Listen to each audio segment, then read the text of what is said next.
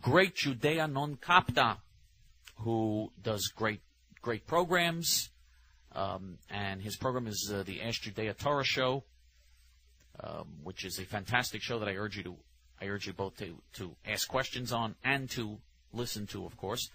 And I'm hoping that we'll eventually we'll see this show as well on YouTube, because it's something that I don't want just the people in our forum. I want everybody to be exposed to this great show. You do a great show, Judean Uncopped. I want as many people as possible to hear it.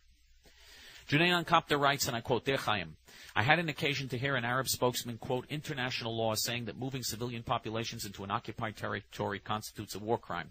If so, why does time start in 1967? Shouldn't Arabs brought in by the British and the Ottomans be removed for violating the same international law? And if this law were applied to the USA, the entire population would have to vacate the country.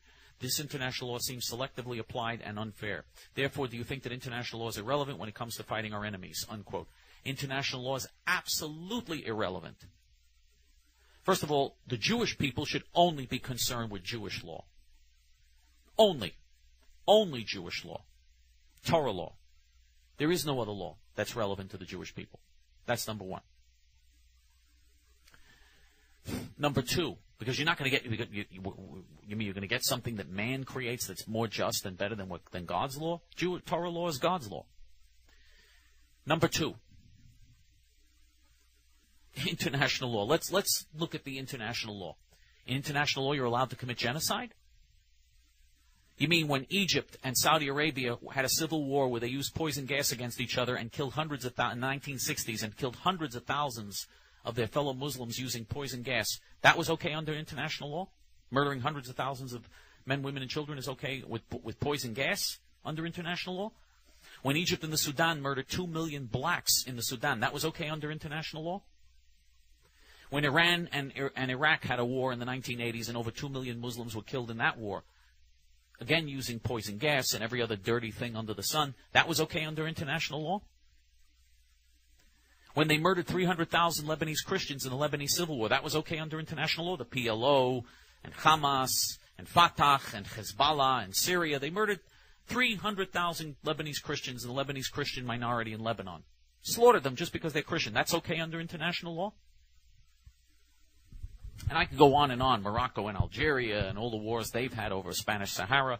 And I could give you a million other examples involving the Muslims. Indonesia murdered 250,000 Catholics in Indonesia. That was okay under international law? The Indonesian Muslim majority.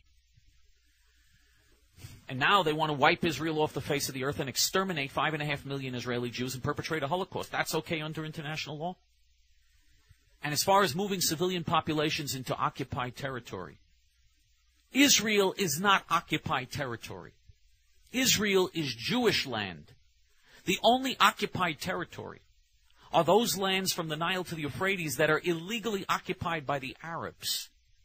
Nothing that the Jews have is occupied territory. It is the Arabs who are occupying territory illegally. All of the land from the Nile to the Euphrates belongs to the Jewish people. None of it is occupied territory. So much for international law. Not that it matters anyway. And it is all hypocrisy and it is all a farce, and we should not be concerned about it.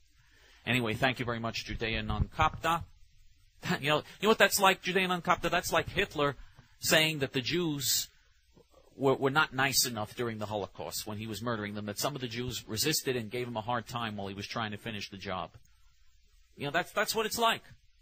The Arabs complaining about Israel is like Hitler complaining about the Jews during the Holocaust. How come they weren't more cooperative when I wanted to stuff them all into ovens and gas chambers? That's what it's like. Anyway, thank you, Judea non capta. And now